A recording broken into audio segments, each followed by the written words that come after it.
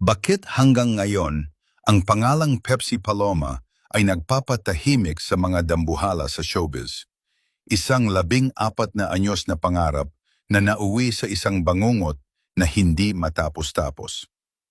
Noong 1982, niyanig ang bansa ng akusahan ng batang si Pepsi ang tatlong pinakasikat na komedyante ng bansa. Ang alegasyon, isang maseselang krimen sa loob ng isang hotel room. Pero ang mas nakakagulat, imbes na hustisya, isang public apology ang lumabas na ayon sa marami ay idinaan sa pananakot at panggigipit.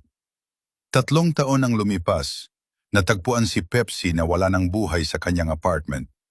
Ang opisyal na report, self-harm. Pero ang pamilya at mga kaibigan, hindi naniwala.